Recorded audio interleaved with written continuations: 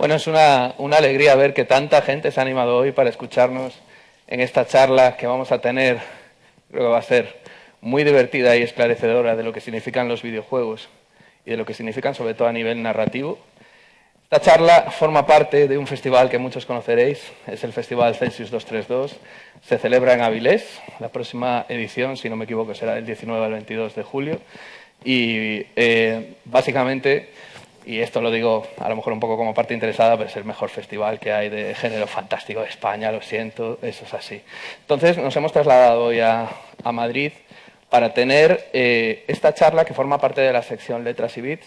Es una sección con la que llevamos ya 3 años dentro del festival y que intenta poner de relieve que cuando estamos hablando de fantástico, o en realidad cuando estamos hablando en general de narrativa o de ficción, no tiene mucho sentido hacer compartimentos estancos, sino que videojuegos, literatura, pintura, cómic forman parte de la misma conversación, especialmente desde que vivimos en esta era digital más que nunca. Entonces, bueno, os voy a presentar a los ponentes, aunque la verdad es que no necesitan presentación. Empezando por la izquierda tenemos a Alberto Oliván. Alberto Oliván es el diseñador narrativo de Desynchronicity y bueno, es una aventura gráfica española para que los que no la conocen. It's a Spanish adventure. It's absolutely wonderful. We have Juan de la Torre, who has done many things, among them the story for the guest, which was released in March, if I'm not wrong. It's a minimalist storytelling adventure, and obviously you have Rhianna Pratchett. You all know her, I'm sure.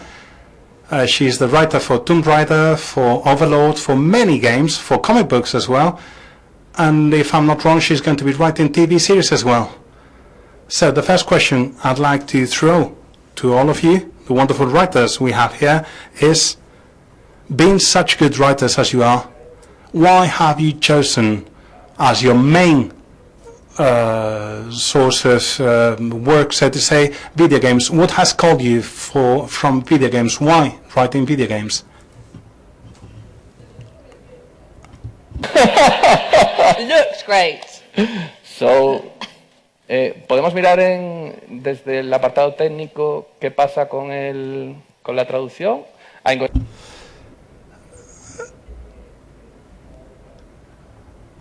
Is it okay now? Can you hear me?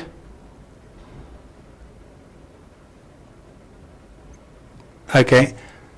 Testing now. Testing. Can you hear me, Rhianna? Can you hear me? Can you hear me? This is Diego. Okay, perfect. Okay. Este es el último micrófono que... This is the last microphone we're going to give you, Rhianna. You know, we're running out of budget. Yeah. It's falling out my ear. Bueno, pues te repito la... I'll repeat the first question for you. The first question is, taking into account that you are writers, you all are writers, you use words to create worlds, why have you chosen video games as your main work? Why not literature? Why not comic books? What motivates you from video games? What attracts you from video games? Great. I've always been a gamer. I've been a gamer since I was about 6 years old. So they've always been a big part of my life. And it's really exciting being involved in such a kind of young and growing and vibrant medium. I mean, and compared to kind of movies and TV, video games are still very young.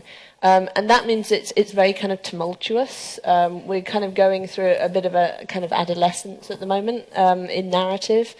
And it's kind of exciting to be involved with because as a fellow game writer, a friend of mine, Jim Swallow, who works on the Deus Ex game, says there are no maps for these territories. So it kind of does make you feel like you're kind of adventuring through things and trying to work out the best way to do things and some kind of semblance of a rule set even. But we're very kind of far off that. And just trying to find the best ways of working. So for a gamer, it's very exciting to be involved with. I also work in, as you said, comic and film and TV. The gaming was really the first love of mine, and so being able to be involved in kind of shaping them and shaping game experiences for new audiences, that's such a great challenge. In my case, it was chance, pure chance. You know, I didn't want to write a video game, but when we started working on a project, someone had to write it. So they decided it had to be me. I've always felt, intrigued by art, by painting, by writing. I wrote things in my notebook and I said, okay, let's give it a try. Let's use all of the influence I've had in my life and put it into a video game. And like I said, I didn't have a special motivation to write a video game. I was just forced to, in a way. And when I found myself I had to do it, I said, yeah, I like this. I was more interested in design, in modeling, in the artistic bit of video games, but they asked me to do so. There was just 4 of us creating the video game. We didn't have money to hire a freelance writer, so I decided I would do it myself. And it wasn't that bad.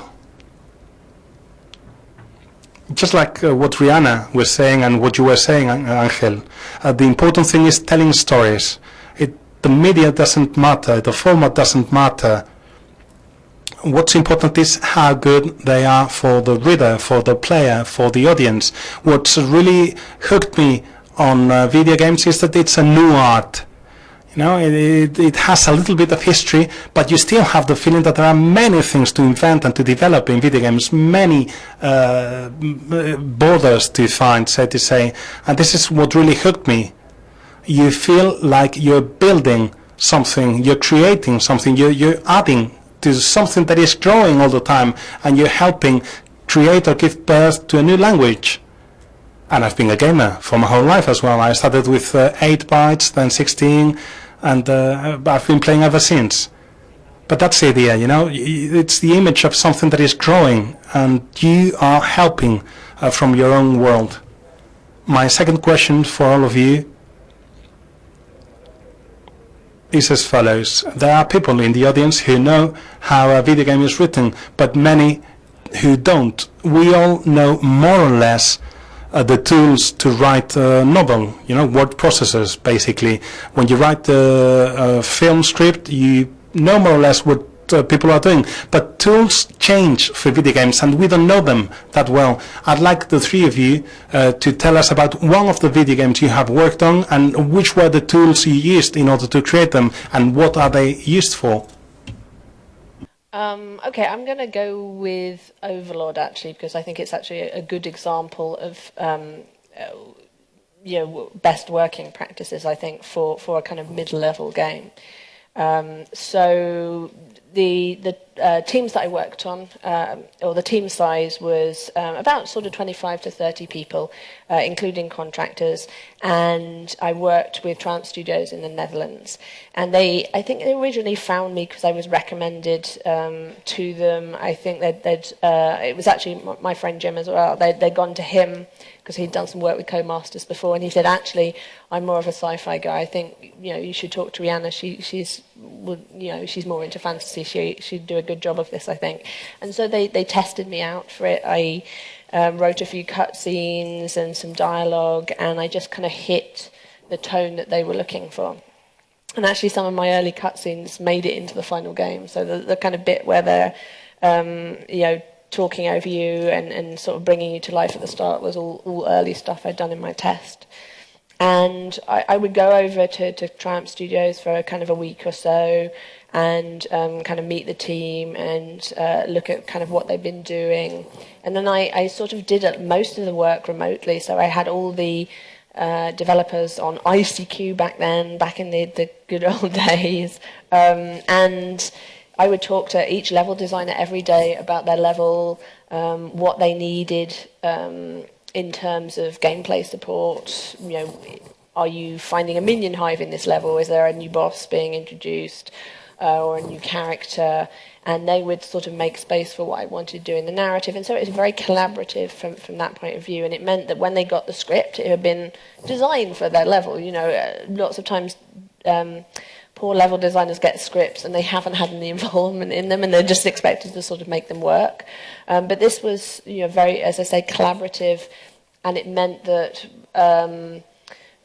they ticked off the script, and so when it went to the creative director, they knew that it was working for the relevant level designer. And I think it's important to kind of get the buy-in of the people that are going to have to sweat blood and to make your narrative work. And so I did with that with all the level designers. I was also allowed to work on the casting and on the voice direction, which is great for writers because we're all kind of control freaks to a greater or lesser extent. So being able to have control for a bit longer, being involved in casting and being involved in voice direction was just amazingly satisfying for me. And I co-directed the audio on the first game, and I directed it on the second. And it was just so much fun. And not enough games are, one, fun to develop, and two, fun to play. And we really built that humour in from the outset. So it wasn't just a case of bunging a funny script on top of a game. We built the humour into the animation, into the art, into the music, into the sound, into the mechanics, and I think that's kind of why it works so well. And being properly integrated in a team, which is much easier to do when you're in a smaller team, actually kind of helped the narrative no end. Well, in our case, everything was much cheaper, if I may say so. There was just 4 of us. We were 4 people, and we had a clear technical limitation, which is that we could not create a huge-scale game with many worlds. So we felt, okay, let's, as we know we cannot create worlds, let's create a game which takes place in a room. And we used notebooks. These were my first tools, I used to scribble down notes in a notebook, and then I used them as a reference. And the game is written in Photoshop, in textures. It's a quite cheap game. Like I say, it's a kitsch game in a way.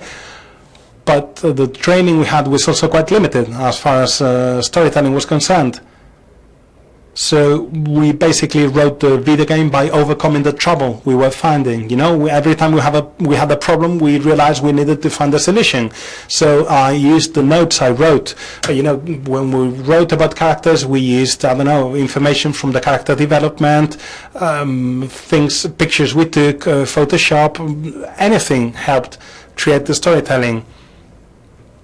It was a quite interactive process because I was writing the game, and I was also one of the designers. So everything was evolving at the same time. We changed the storytelling because of the design. We changed the design because of the storytelling sometimes. And it was quite a difficult process to explain now, I realize.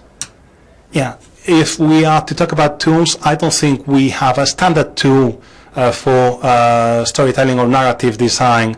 What you do is you create tools as you go.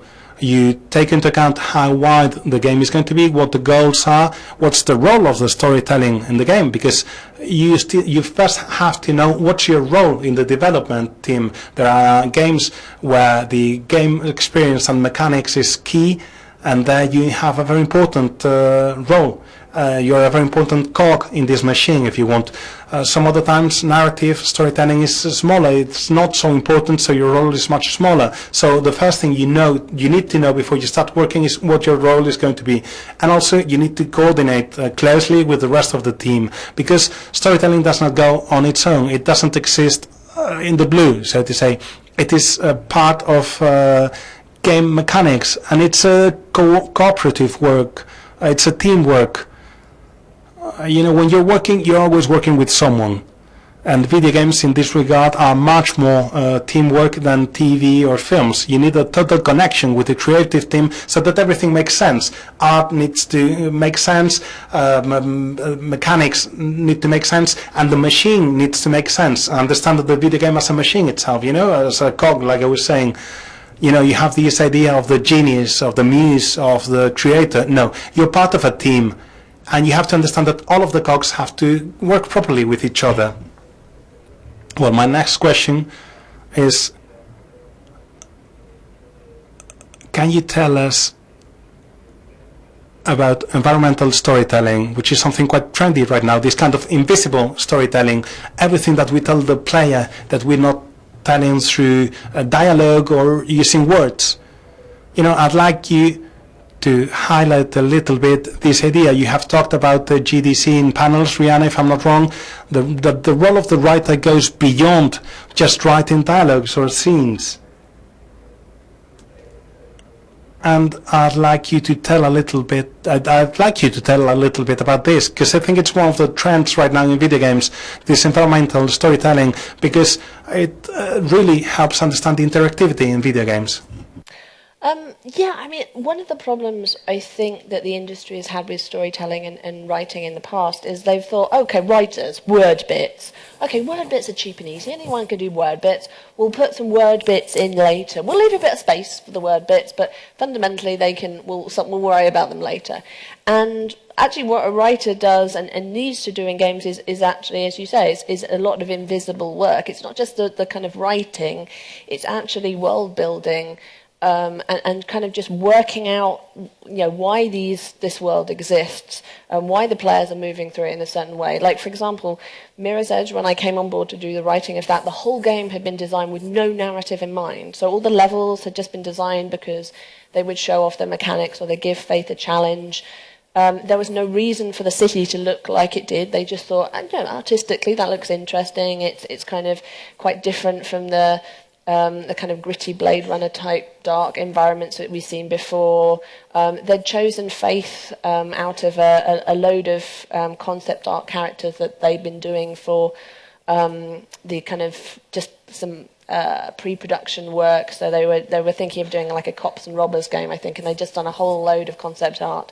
And they literally pulled out Faith and said, "Oh, she looks cool. Why don't we have her as our main character?"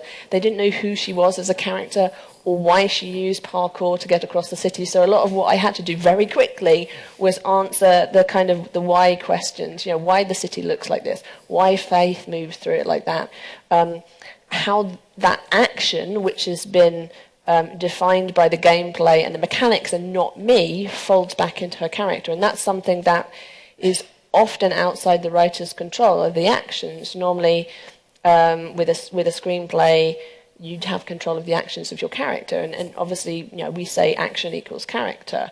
But that's you've got your actions now, you have to sort of fold them back in the character. So that gives you an example of how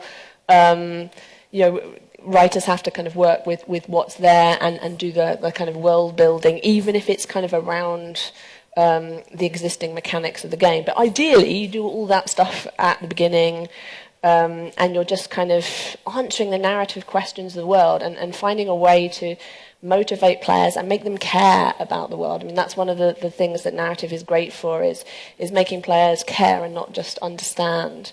And yeah, it's kind of like building the body of an iceberg. Like the tip of the iceberg, the bit above the water, that's the bit that the players experience in the game. But you've had to think about everything else that holds that tip up. So, the whole reason for the world, the character relationship, how those change over the game. It's all kind of invisible work, but very, very essential to make that tip work as well as possible.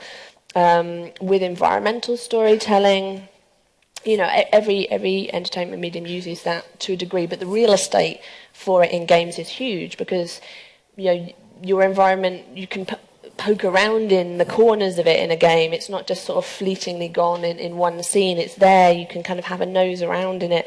So that means it's got such a lot of potential. And I think BioShock was the game that really made the industry sit up and pay attention to environmental storytelling. I think it had been used successfully before in things like Half-Life 2 in the episodes, but I think BioShock really utilised the different forms of environmental storytelling. So as well as the art, the machines in the game, the mise en scène, the placement on the stage, how bodies were arranged, how little narrative segments such as tapes and letters and things were positioned with those bodies, and it kind of allowed the player to engage with the world if they should choose to, and feel more immersed in it. And obviously we've had a lot of so-called walking simulator games, such as Dear Esther, for example, that are fully utilising environmental storytelling, which I think is very interesting. It's very interesting for me as a developer. It's not as interesting for me as a player. But I do, I have a huge respect for the BioShock franchise, and I've been lucky enough to do a bit of work on it. But I do think if you want to study environmental storytelling against a kind of action game backdrop, that's the best out there for that. No sé si puedo añadir mucho. I don't know if I can add much more to what has been said already, but I can tell you about my experience. I was hooked to this concept when I played, I think he said Fang Home, but I'm not sure, sorry. I was lucky enough to be the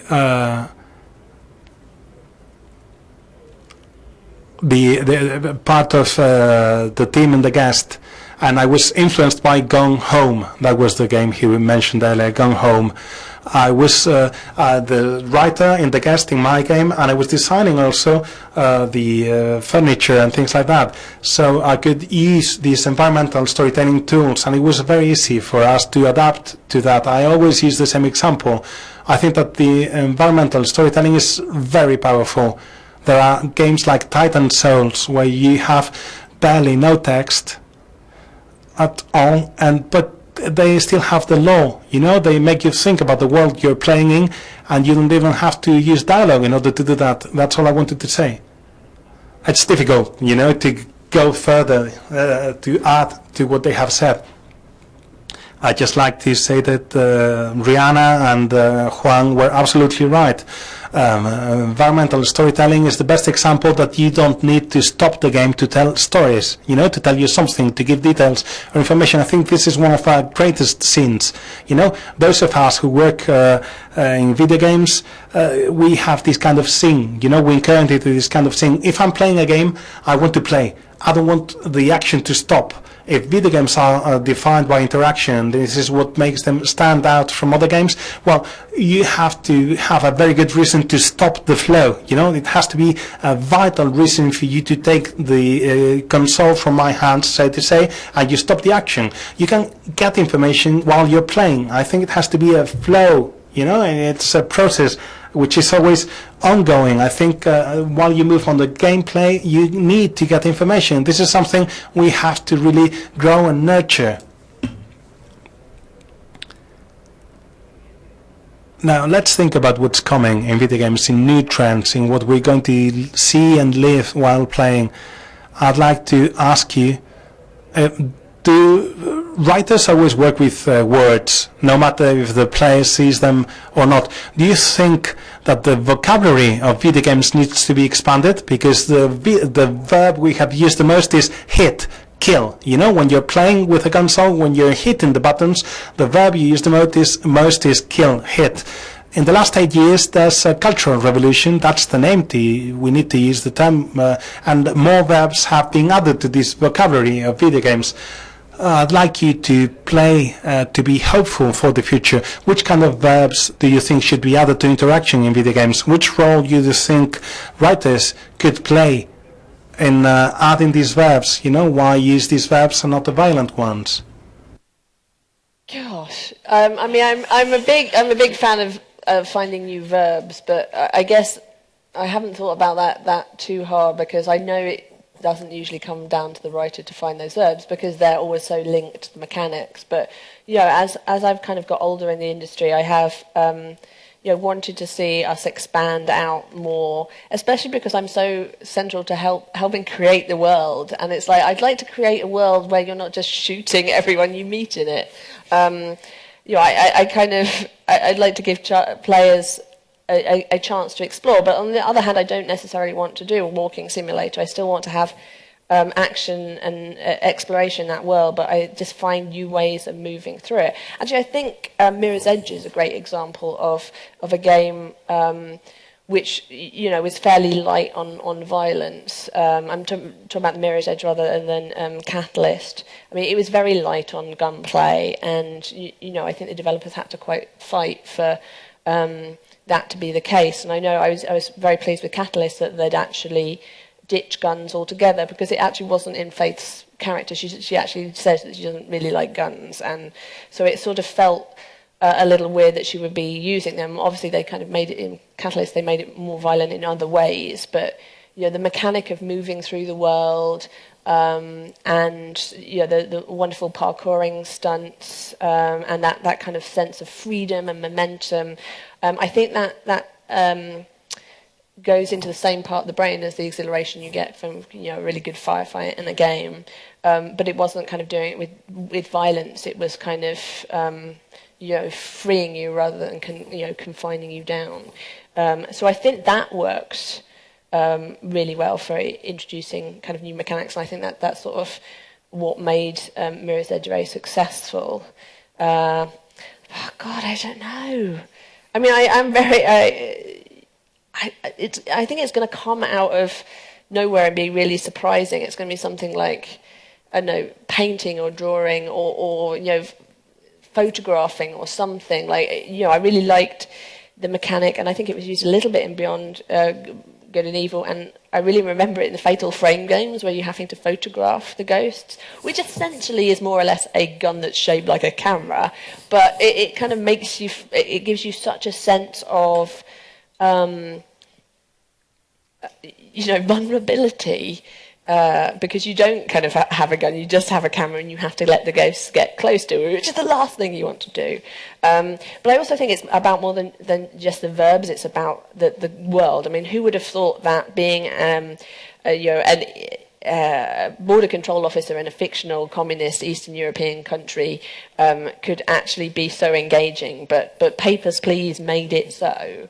And it did that without violence. It took bureaucracy and made it kind of fun, which was a immense thing to do. And so I think there's really creative things coming out of the indie community, but it's also kind of about, and I think that was a great example of using mechanics to create a feeling in the players. Like, it mechanized kill, it made bureaucracy fun, it's sort of triggering those kind of things. I mean, I had as much sort of, fun is probably the wrong word. It's kind of anxiety inducing, and you feel guilty all the time. It's a bit too much like life, actually. But it was very, very clever in what it did. So, but it also was more than just how you interacted. It was about the kind of the world as well, and how they folded narrative into the game. So I think it's kind of it's going to be the indie community. It's going to be guys like this that kind of are going to save us with the new mechanics, I think. Save us. Well, I was going to say that really, I think that video game development is independent right now. I think I have the duty as an indie developer to find a new culture, so to say. We need to talk about things that matter. From Team Gotham, well, our games maybe are humble, but we're trying to talk about human beings. While we are evil, we have tried to talk about love. And I think that in the next game we have to deal with another topic that is really interesting for us. There are people who are paying attention to the games we do, to independent companies, and I think it's important to send messages to the industry, talk about things which are important, add them to video games, because I think it's something that is being done since 2008. You were saying, we've been talking about love, cancer, depression, couples, homosexuals. There are people who are really absorbing these kind of concepts through video games. I think we can change ideas, concepts which were negative. And I think we can try to create something more sustainable, something better in a way. I think it's our duty as developers to talk about things that matter. Start considering video games as an art, to have a social message as well, to try to improve our environment, the world we live in. But obviously, this taking into account that there are possibilities to have all sorts of games. I love first-person shooters. I'm not going to ask a first-person shooter to talk about love.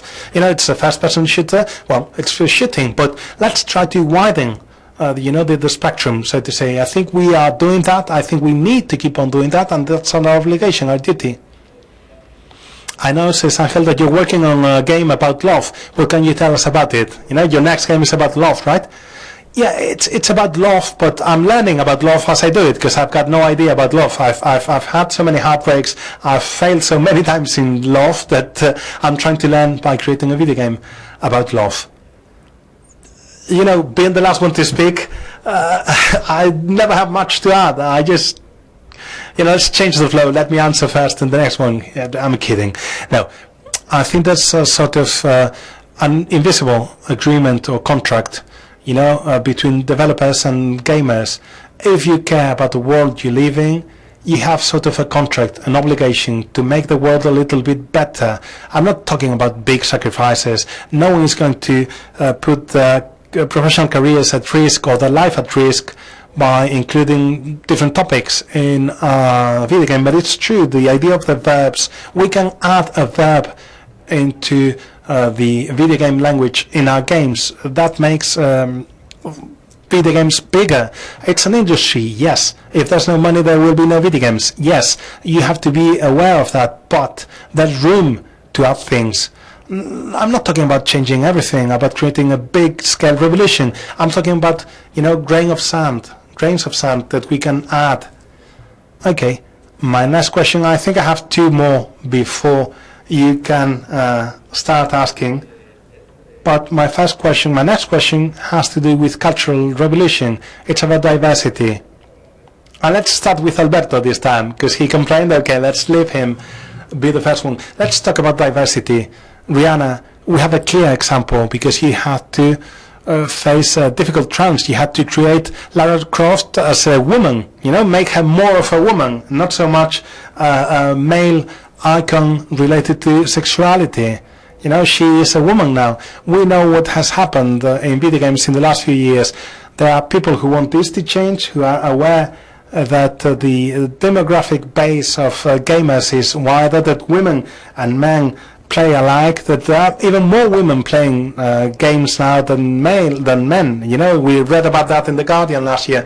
And there's Gamergate, you know, on the other hand. We don't know much about Gamergaters in Spain, but do research them and you will see what's scary.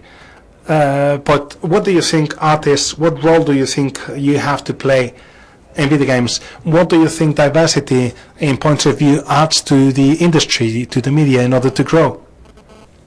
Well, for starters, I love this debate. You know, sometimes it gets out of hand and people become horrible. The simple fact that there's a debate, it's great news. You know, at least there's a debate. That didn't happen in the past. And this is changing not only in video games, I think it's a cultural trend in the Western world. And I think this is really good. It's very good to have this kind of debate, to have different contraposing opinions, because that means that at least there are two opinions, you know, and that two voices are being heard. And I think this is unstoppable. The other vision is trying to protect itself, but I think it's undeniable that the flow of time is going to change things, you know. The responsibility for developers is what we were talking about earlier. If you want to do this world a little bit better, you need to change this vision of the world, this single block vision we have had in the past, you know, this kind of storytelling which was led by white, straight males. You know, we need to realize that there are other points of view and we need to have them because they're rich. We are forced to give support to this kind of change because it's going to happen. I don't know if it's going to happen in 5 years, in 50 years, but I know a change is coming because the wave has started and it will swipe us away. Which is like what Alberto was saying. We have this obligation. You know, I was talking about this kind of duty in my previous answer. I think that video games have been able to include this debate. I think that was thanks to indie video games. I don't know if indie developers have these, are more aware of these kind of ideas and want to include them and change the scene in video games. I think that's our main role. I think there's still a long way to go. I think that video game industry is still quite immature. It's quite young. I include myself in this, but I think it's our role. We need to be teenagers, self-aware teenagers who think about ourselves. I may not be as optimistic as Alberto is. I think it's a big problem we have. I don't think it's a problem only for video games. I think it's a worldwide problem, and it needs to change in our culture. It needs to change from the top to the bottom, from our leaders to ourselves, everyday people, you know, people who just do video games, as is our case. I'm not as optimistic as he is, but I do think that if we keep on working the way we have so far, since we started this indie cultural revolution and integrating all of society in video games, getting rid of racism in video games, having a bigger role for women, for homosexuals, I think we're in the good path. There's still a long way to go, but at least we're in the good path, I think. We'll see what happens. I mean, if you look at Twitter sometimes, if you look at chats, they're quite discouraging, you know. It's sad to see what some people think still nowadays, you know, in the 21st century. How can people think like that in the 21st century? We need to be aware that there are people still who need to grow, and we need to understand that we are a community which is more developed in some sectors and less developed in others. I don't think that video games are guilty of this kind of negative messages, but Okay. I mean, I do think it is an important topic, and I think for far too long, diversity has just been about women and putting more female characters in games, and it's so much bigger than that.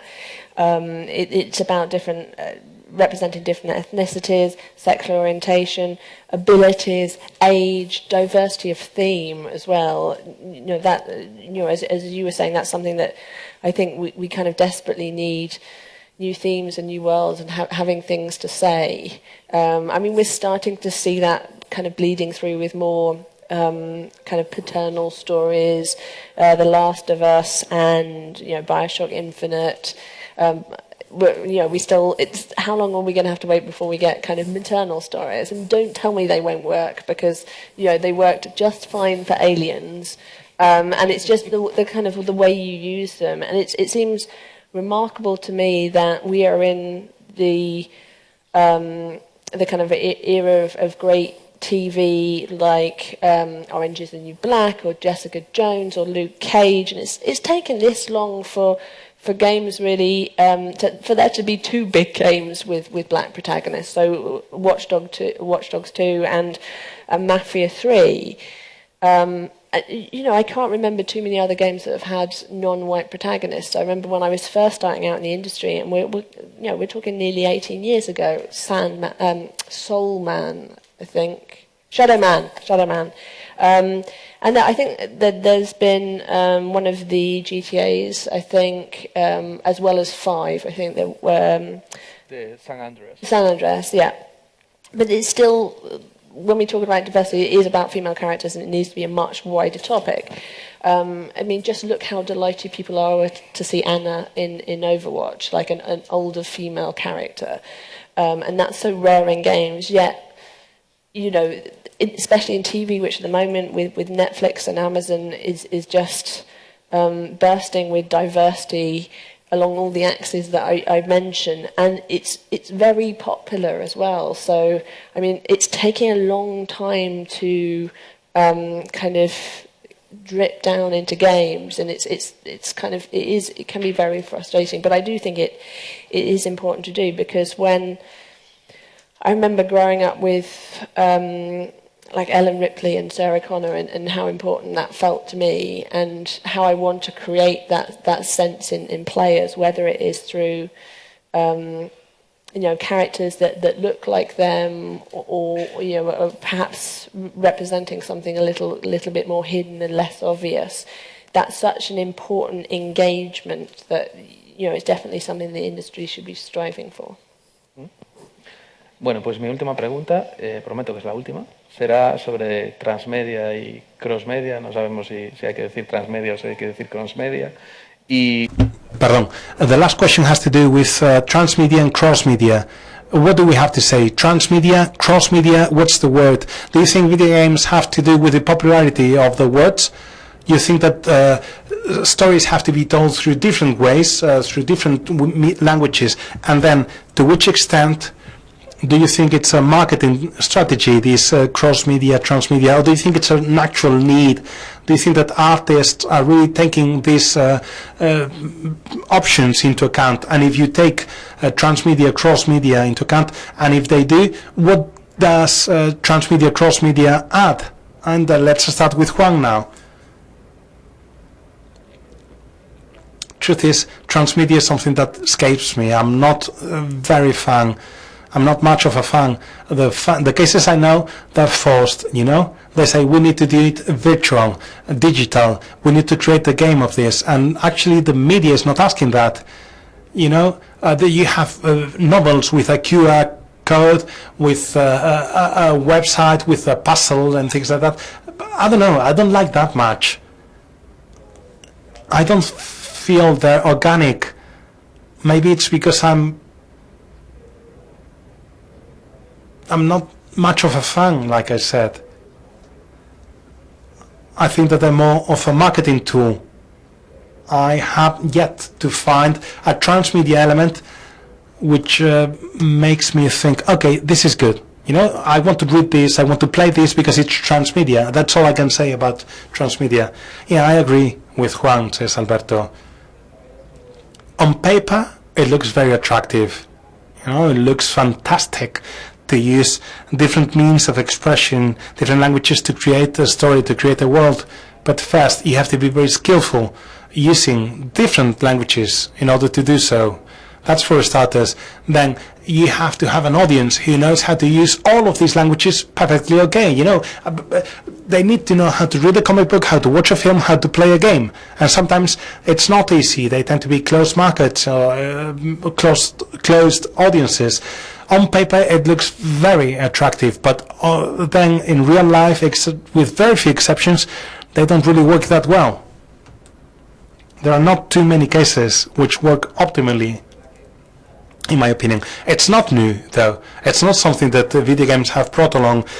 This does exist. Transmedia exists from we started communicating. You know, you can tell a story, and you can write the story, you know, and tell the same story orally and written. You know, I'm not thinking about, I don't know, stickers. When I was a little kid, there were stickers for Star Wars, and they told part of the story, and then there were cassettes with music which told part of the story. This is something that has existed since forever. It looks very attractive, but in the practice it's quite delicate. It's quite delicate. I mean, I have to agree about transmedia. I've never seen anything. And I think the difference between transmedia, and it often kind of gets blurred, is I think transmedia is telling, and correct me if I'm wrong, it's telling stories in different media at the same time. And cross-media is telling stories in the same world but at different times. Now, I think transmedia has become a bit of a buzzword, and I haven't seen anything that I think really captures it well, but I think it tends to be more appealing to kind of younger generations. So, you know, whether, you know, the kids of today who are kind of starting to grow up with a little bit more are going to be bringing more interesting things to the table later.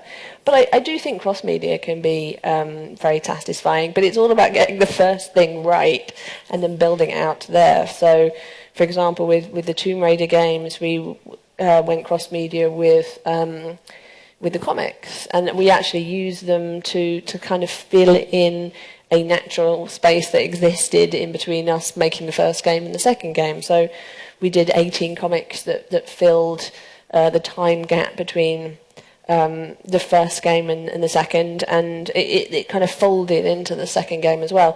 And from a writing point of view, it was really satisfying. Like, a lot of the comics work I've done has been cathartic for me, because it's allowed me to put everything that I couldn't fit into the game or got chopped out the game or something into a kind of another form and give it a second chance at life, I think. So I could get away with doing a lot more in the comics than I could ever do in the game. I mean, I had Lara Croft dressed as Elizabeth Bennet fighting bad guys on the London Underground. Sadly, I will never be able to get that into a game, but I could in the comics, and that was a lot of fun to do. So they were very cathartic. There's also been a novel. We've got the film coming out. I think they all add things, and I think there's an appetite for them amongst fans. But particularly games and comics seem to work quite nicely.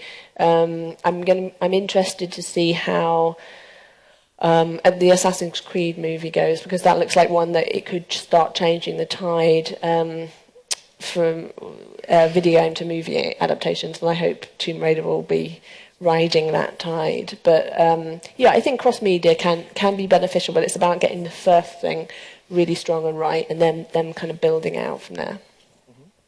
Bueno, pues ha llegado el momento de que cojáis el micrófono. Okay, the time has come for me to give you the floor, so feel free to ask. Anyone? Do we have a microphone for the audience? Yeah, it's coming. Oh, there was another one there. Sorry.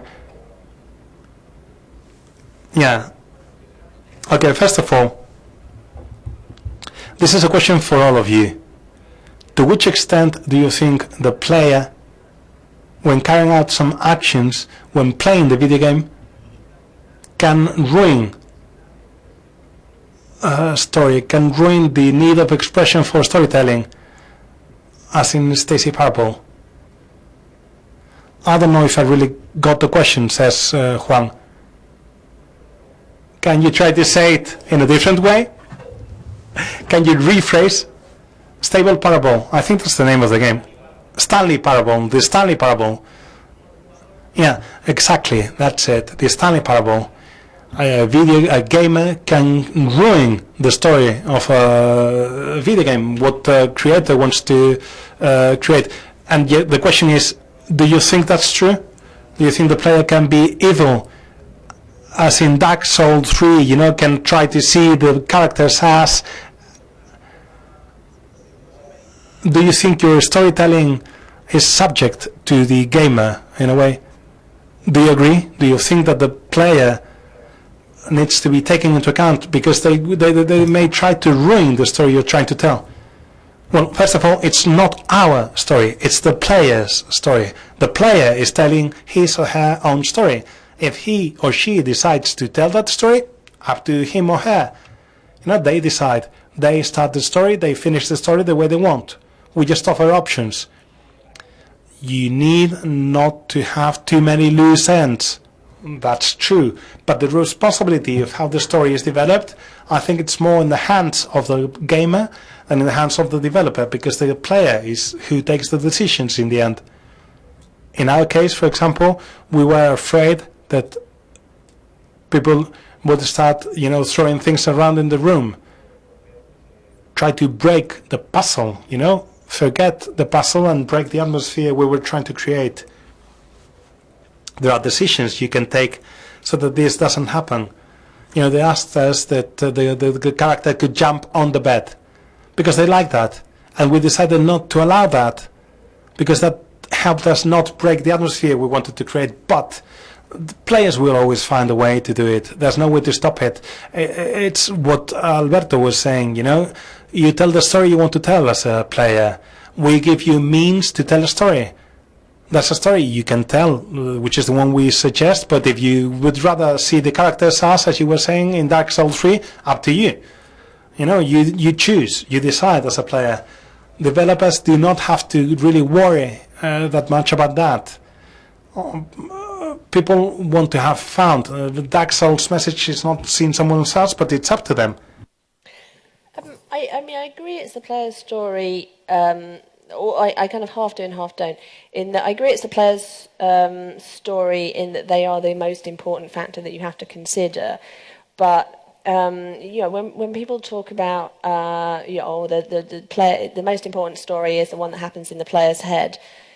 Yes, but it's kind of more complicated than that, and that also suggests that what the developers don't have an effect on that. And really, it is about things like environmental storytelling and all these kind of little subtle signposts that allow the player to create the story in their head. It's not one that's just coming out of a vacuum. It's informed by the entire world. Even if there isn't a lot of traditional word narrative, it will be informed by things like the music, things like the level design and the art.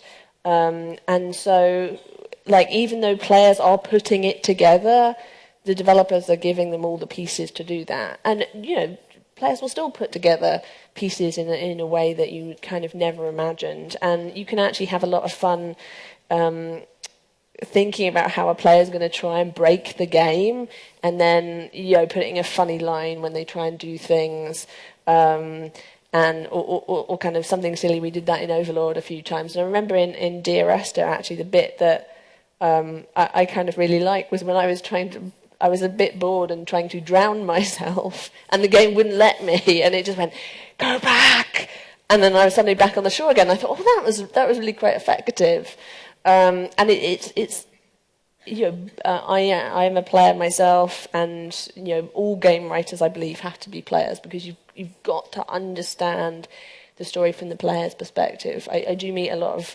writers that want to get into game writing and don't play games. And that seems ludicrous to me, because you wouldn't, write for movies without watching movies or reading screenplays. It is about kind of respect for the medium, and I think every game writer has to be a gamer. Pues, caballero. Yo quería... Yeah, I wanted to ask about virtual reality. I wanted to ask you, to which extent do you think that the storytelling can be changed through VR? Which new techniques do you think will pop up in VR games? And I have a second question, a follow-up question. Do you really think that games as we know them, be them AAA or indies, do you think they will disappear and will be transformed into virtual reality games? Because those of us who have glasses, VR glasses, the sensations we get make us reject 2D screens, which is happening with VR games.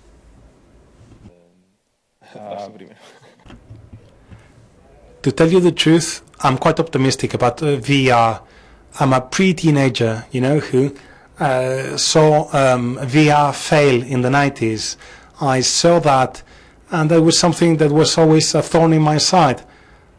I really want VRs to succeed. I want glasses to become yet another gadget. I think that virtual reality gives full immersion. Realism skyrockets. You're there.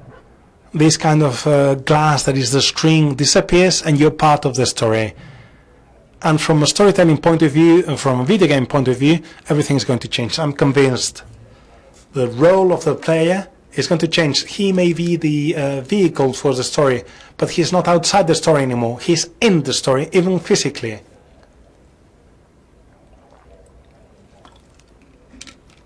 I think video games need to adapt to this new environment. And in order to do so, they have to go through this way, reality. That's the key word to me. They have to be believable. If you're in a 3D world and you believe that the world is existing, it needs to be a world that breathes, that grows. If you interact with characters, they need to be intelligent.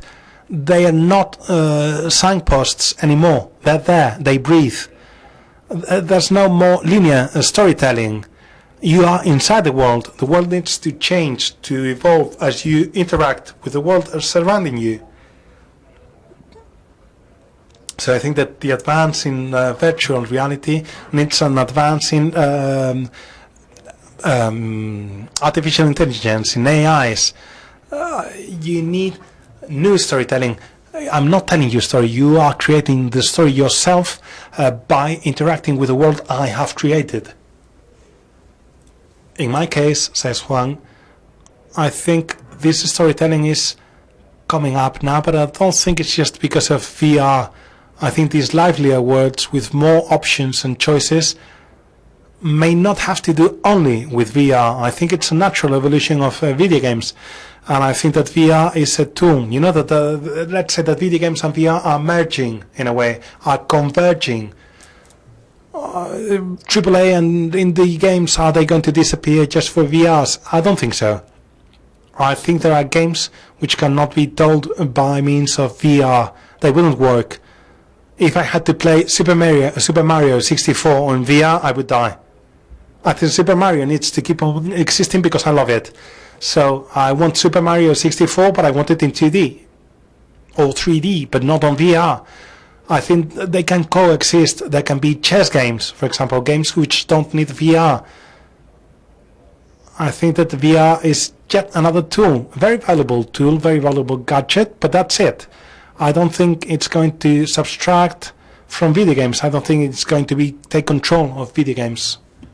Yeah, I agree with you. I do think it. I think there's a lot of potential, but I don't think it's ever going to completely replace video games as we know them now. Because as you say, there is some way you don't want that immersion. I can barely cope with Fatal Frame on a screen, a few meters away. I really don't want to be in that game.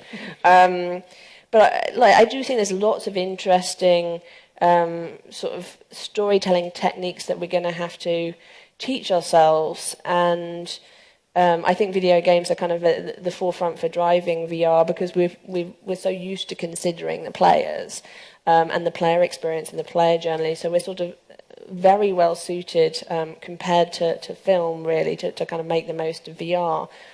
But I think we need to learn new techniques. Like I was reading something about VR and how storytellers can learn things from magicians, because magicians are very good at getting their audience to look where they want them to look and not look where they don't want them to look, and how we kind of have to learn how to sort of capture performance. And I do think that the VR has a huge potential for immersing players in a world and a space, and this is where environmental storytelling is going to be hugely popular. But I do think it's never going to kind of completely replace video games, because you kind of do want different experiences, and we talk about immersion as a good thing, and it can be sometimes, but sometimes you just want to kind of be playing a game and have that kind of separation between yourself and the game. Otherwise it's getting all Ready Player One, and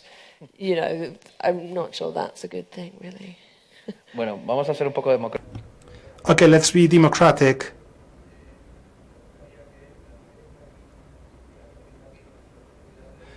We tend to forget the people who are behind us. There are 3 questions coming up, so let's start from those in the back. Let's start with them, and then we'll do a last question over there.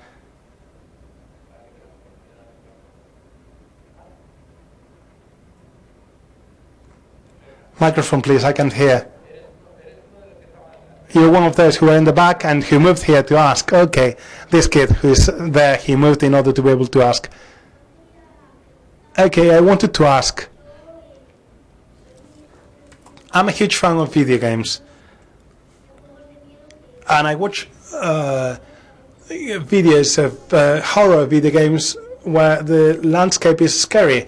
But what really scares me is that the story, driving the story, what makes these places scary, that there was a murder, that there are spirits. If I see a dark house at night, I'm not afraid. But if they tell me the story, and if they tell me that in this dark house someone was murdered, that horror was there, took place there, that death took place there, I start to be scared. Have you worked in these kind of games? What do you think about this idea?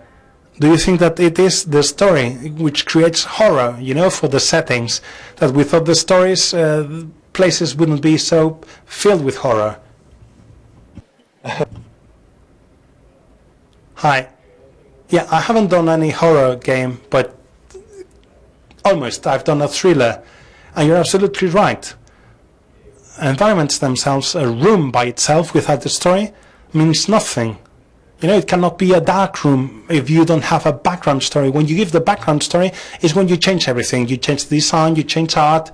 It's when everything comes to life. It's when it becomes filled with horror, which scares you.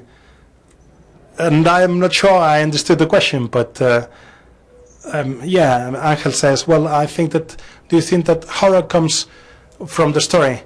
It's just not just the scare for the sake of scaring, not just the boo for the sake of the shouting. And Juan says, yeah, of course. Horror story needs to make sense. That's what scares you, when you can touch it. We can say, whoa, murder took place here. And this is why the murder took place. And this is where people were chopped up. And they were chopped up because of this and that. And the guy who chopped them up was like this or like that. A well-built story is what creates horror. But I don't think it's only important in horror. You need to have a good story behind everything, you know, because you know the blocks you're building with, and that helps you create something more tangible.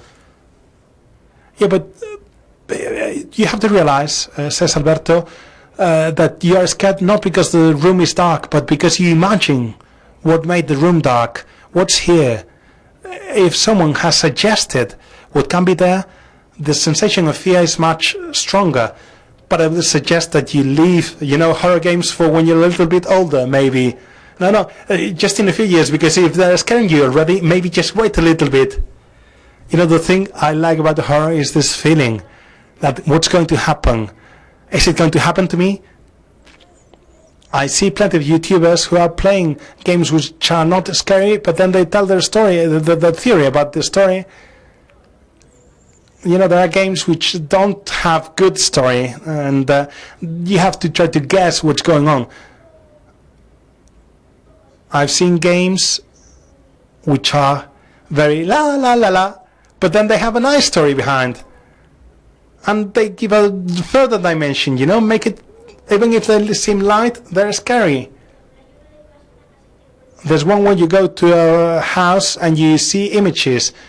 And if you know the story behind the images, it's 3 times as scary.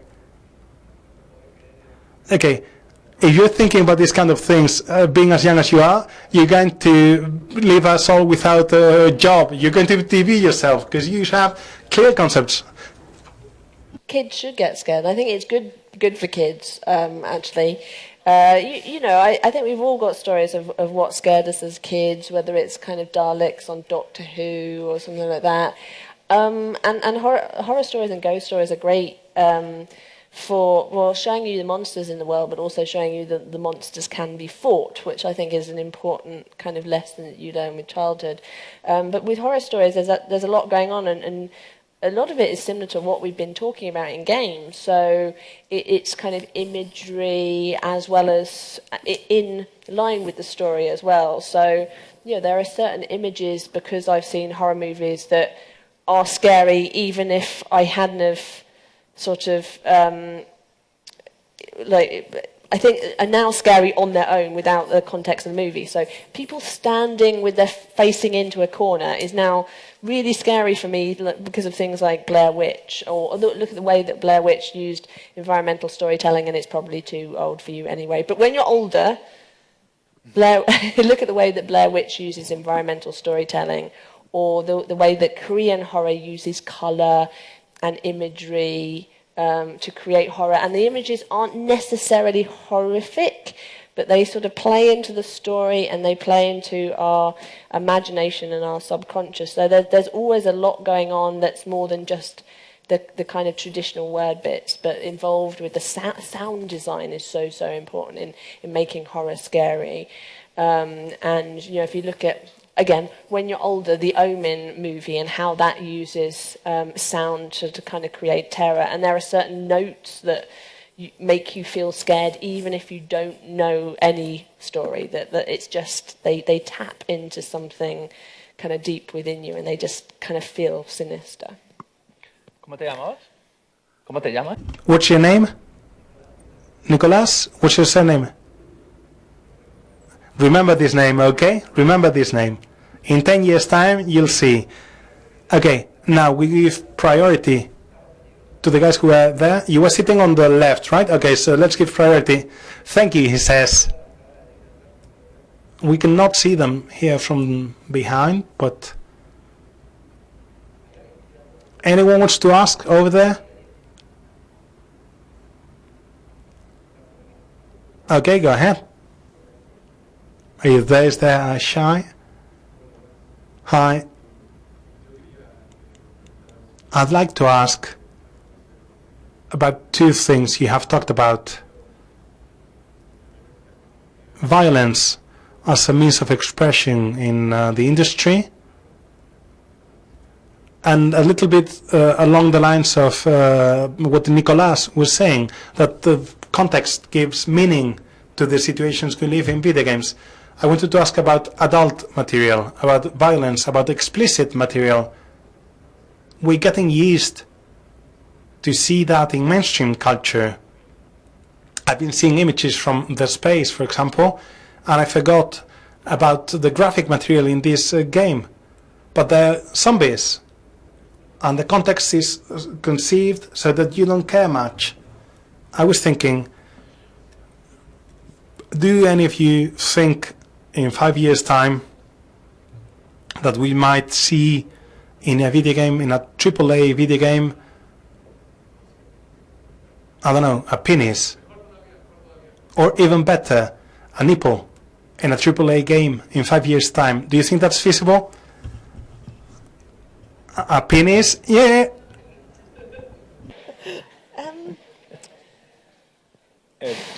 More penises in games, I'm all for it. I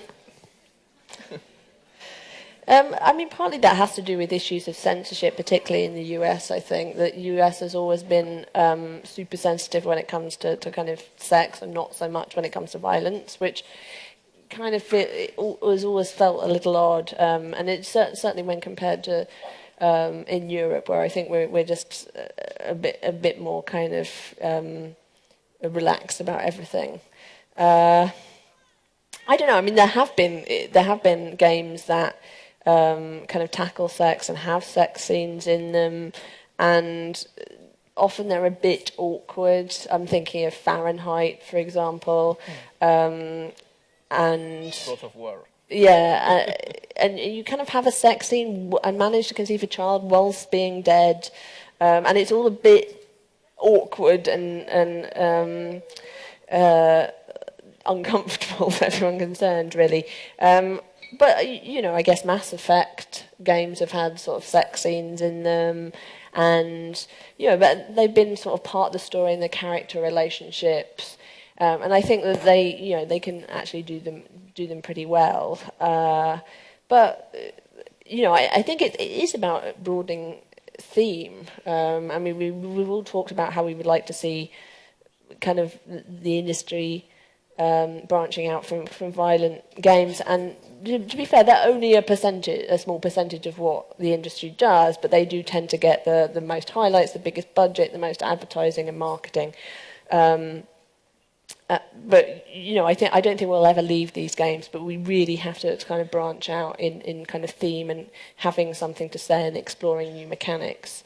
I mean, I'm sure virtual reality is going to be immense for kind of sex in that environment, and I think that the porn industry has kind of jumped on it and will probably make the best use of it, I'm sure. But yeah, I think it all ties into we need to do more, we need to be better, we need to be bigger, you know, we need to have something to say, really.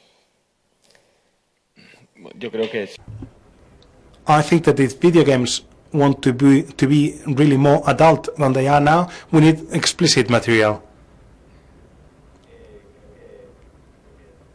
I think that other arts, such as movies, have gotten rid of this kind of problem.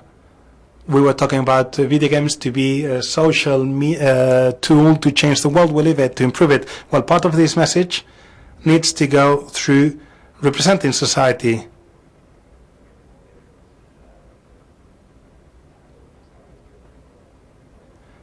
We cannot forget about slaughters. We cannot forget about nipples. We cannot forget about sex. We should forget about shame. You know, actually, I think that video games need to be explicit if they need to be explicit. You know, you need a slaughter, have a slaughter. You need a nipple, have a nipple. It depends on the message you want to convey.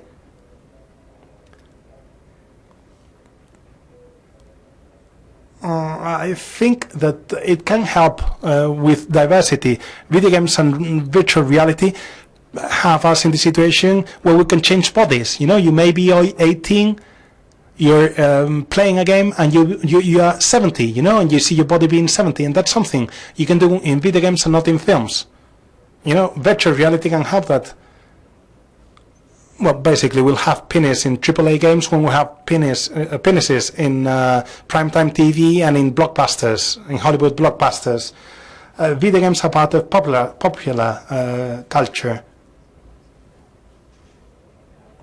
You know, that's the kind of moral we have now. You can see someone chopped up at 10 at night on TV and not a nipple. You need to change gears in society, not just in video games. That's another further debate. You think that showing a penis gives maturity to video game? Well, that's a different matter. That's a different debate. But in this regard, I think we need a global change, not just in video games. So we need to talk to Marvel and DC and say, hey, we want to see Batman's dick, basically.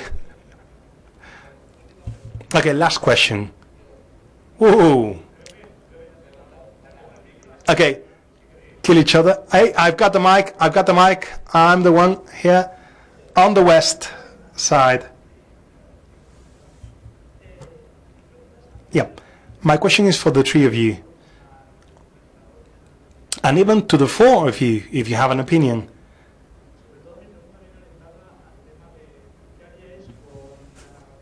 My question has to do, what would you do with, chunk narratives, so to say? I'm thinking about Skyrim or Fallout, where you have a narrative which doesn't add that much.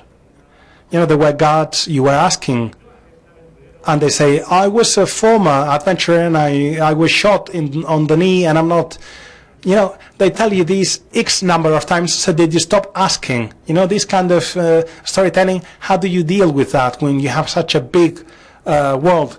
And when asking 5 times to the same guard means that you're going to repeat dialogues 5, 6 or 10 times. I don't know if you have any means to avoid this. Yeah, I have a solution, says Ángel. Let's get rid of the guard. Let's get rid of characters. Well, I've never had to include a guard in any game, says Juan. I've never had such a big storytelling to deal with.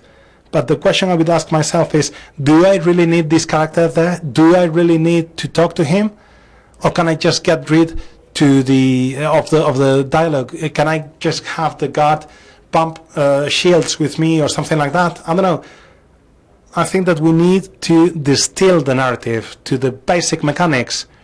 If the guard is there to prevent me from crossing the bridge, have him push me with the shield, not just saying a stupid thing 5 times. If I had to do something like that, I would try to really, really think about what do I have to do, what do I need, because that way the writer wouldn't need to work that much, animator wouldn't need to work that much. I don't work much in this. I don't play much these kind of games, but I'm guessing those of you who do, that bothers you. The thing is, you have to think whether this is relevant, whether this is interesting, says Alberto. Is it important for you to understand how the words work? If it's added or extra material, that's telling you need to cut this chunk. The thing is, there might be multi-level, multi-layer narrative. There might be players who want to just shoot around. There might be players who want to know the world. And maybe you have players who both of them want to play the same game. You need to think about the function the guard is playing. Also, why ask 5 times the guard if you know they're going to answer the same? Yeah, exactly. That's why I say it's in a loop. It's all you can do. You ask and you get the same question. Well, in this case, Fallout is such a big world that this kind of details, they escape the control. It's just like saying, okay, I've talked to you already. You have the information. Leave me alone. But Fallout is so huge, so brutal in a way, that this kind of details you lose. There's a mythical sentence in Fallout which is, have you seen my kitten? That's all a kid says. Anytime you talk to a child, all they say is... I mean, I think if a guard is saying the same line 5 times, then that's definitely a failure of the kind of design and program triggering. I mean, you should always... Ideally, with a big game, have a big team of writers and have them kind of responsible for lots of different characters and make sure any character conversation has a natural kind of escalation and de-escalation. So they're not just saying the same lines, but they're kind of reiterating on it. Or even like, look, I don't have time for you anymore, or enough of your questions, or just I'm not talking to you anymore. So not having them repeating the same lines, but actually treat them like you're a human being bothering them. So it is about having lots of writers and thinking about those kind of challenges, and also thinking about how the player plays and the characters they're likely to most interact with. One of my little bugbears is that with merchants in particular saying the same lines, like, the player is going to have to go to that merchant character, maybe 20 or so times. Why not have the merchant character saying different things or reacting to what the player's been doing in the world or any news, rather than saying the same kind of introduction line? Have that, use the fact that the players are going to be coming to them a lot to actually get across some of the story and kind of establish more of a rapport between the kind of merchant and player character. I mean, you get a little bit of that in RPGs, but still kind of those characters can be sort of underused. It is about having more writers in there. It is about kind of taking characters sort of seriously and kind of making sure you're not doing daft things like having the same line repeat, that you're tailing off every conversation. It's not hard to do, but you just have to get people thinking about kind of narrative and conversation and taking characters seriously. Bueno, me voy a arrepentir de lo anterior que había dicho y es... I'm going to regret what I was saying. We were talking about diversity. There was no girl who asked here, so let's give one more question. There's going to be a girl asking, because there was no girl asking.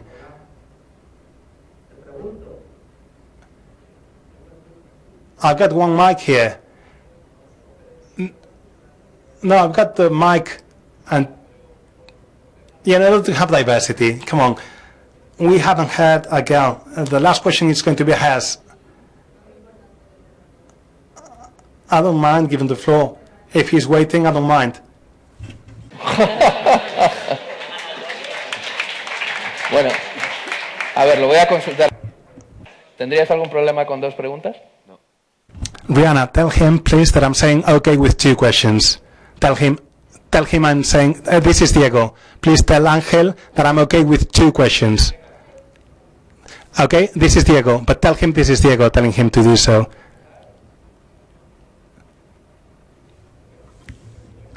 Thank you. Okay, go ahead. Okay, my question.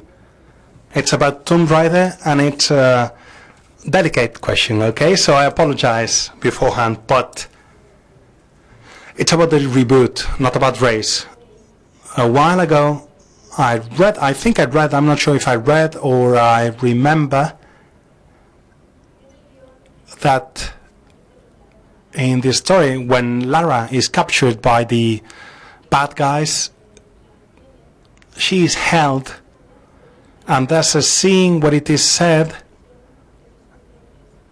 that the aggression felt is bigger, it's hinted at sexual aggression, but this was censored, Was that the case? Was it censored, or is it not so exaggerated? I mean, is it really true that the scene was cut out from Tomb Raider? And now another question for the 3 of you. Do you think that there's censorship in video games? The violence is okay, but other things are not. I'm not talking about indies. I'm talking about other video games. And what do you think about indie video games opening these gates? Nothing was censored from Tomb Raider. What you saw in the game was exactly what was always in the game. It just kind of got misspoken about, that kind of scene, and it got blown out of all proportion by the press, to be honest. And when you play, it was based on a few clips from a trailer, really, and some kind of interview footage that wasn't really about that, but kind of got lumped in. And no, we never changed anything, but once I got announced as writer, I could say, okay, this is what the scene is about, this is about it in context, and it's about Lara's reactions, not the guy's actions, and just talk about it and have a debate about it on a kind of mature level, which I thought was actually important to do. But no, we never censored anything. No. No. Quería comentar algo al respecto. Nos has preguntado también a nosotros. Yeah, you asked us about violence and censorship. I cannot talk about AAA games I'm guessing there might be some sort of self-censorship in the industry. I understand that. But in indie games, what's important is we have self-censorship, and that's a monster you have to deal with. In that synchronicity, we deal with pimping, with sexual abuse, and the first judges were ourselves. There were topics we could not deal with. We are proud to have them. We think they have been understood, but this is because we have this kind of chip. It's something we cannot read or see, in a video game. It's easy to lead to misinterpretations, and in indie games, you're the toughest judge on yourself.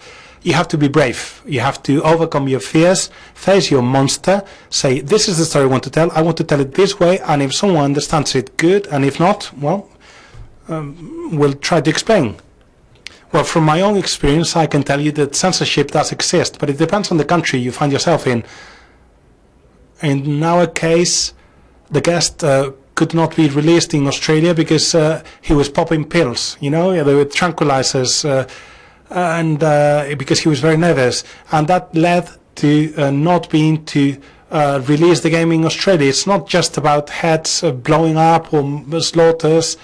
It's something which has more to do with what Alberto was mentioning, with different topics.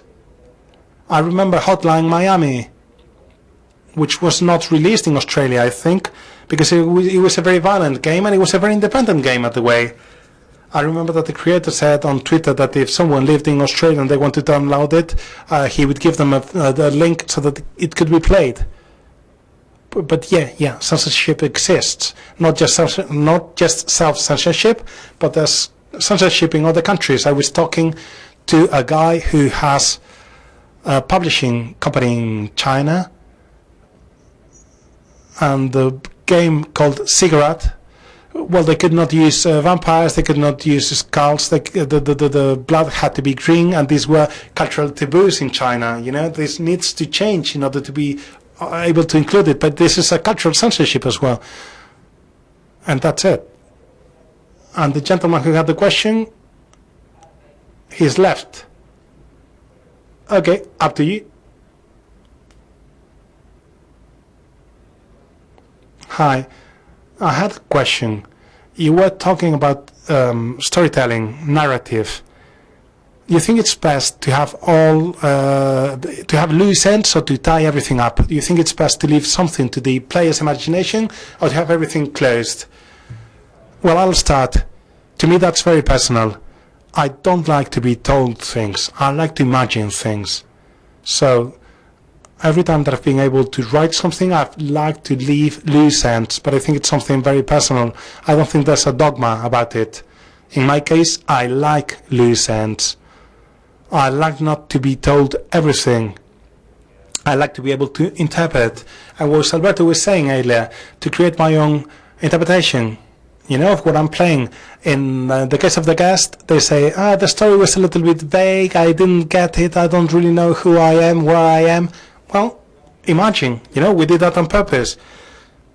That was our decision. We wanted to do it like that. And talking to some colleagues at the studio, we fight, we say, I wish we had done it a different way. It's very personal in the end. I think in my case, I like loose ends and then be able to interpret content on my own. Yeah, I agree. It's a very personal matter.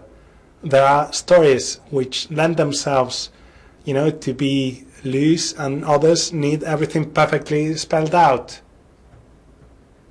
It depends on the context, it depends on the creator, it depends on the kind of story you want to tell. It happens in video games, it happens in literature, it happens in films. There might be an open end, closed end. They can tell you what the character works on, or you can imagine what the character works on. It's on demand, both by the developing team and the audience you want to reach. I think it can also depend on why the loose end is there. With something like the Tomb Raider franchise, kind of loose ends, and also little pieces that hint at kind of something more.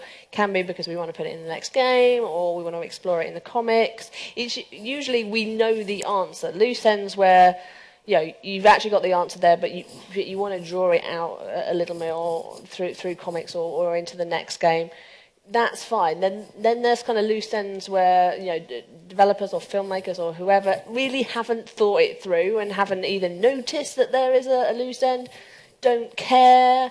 I mean, I kind of like a little. I don't mind a few loose ends, but that I have a tipping point where I feel like probably more with film than games. Like I want to know your story. I don't want to make it up myself. I would like to know enough. I don't mind a little bit, but if I'm filling in all the gaps, then I'm doing your job. So I think there has to be a balancing point, and I think loose ends can actually factor into the gameplay when you're looking at episodic storytelling, for example, which always has to have a few loose ends because then they'll be sort of tied up into the next one or folded over. And so in that regard, loose ends are actually quite a positive thing and needed just for the structure of the game. Bueno, pues creo. Okay, that was it, folks.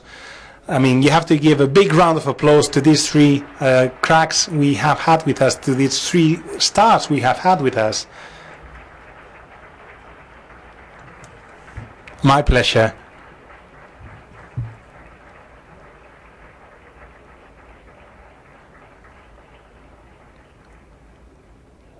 And that's all, folks. It was a pleasure for me. Is there anything you want to add? Because otherwise, we'll just leave it. We just want to say thank you. That's it. Thank you very much.